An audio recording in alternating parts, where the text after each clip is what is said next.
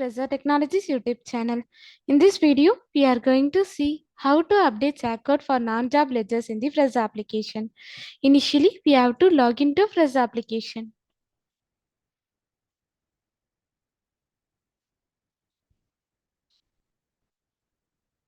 After your successful login, this is how your dashboard looks. Now, go to the Accounts module. Here, we have to select the Account Settings menu under the Accounts module.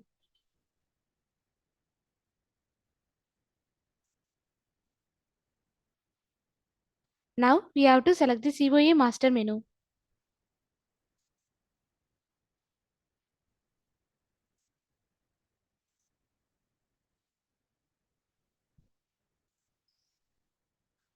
On this chart of accounts list page, we have to edit the respective non-job ledger.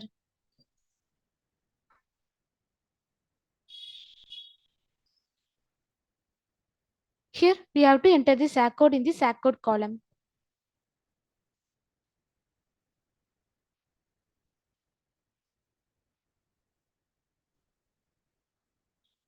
Then we have to click the Save Changes button.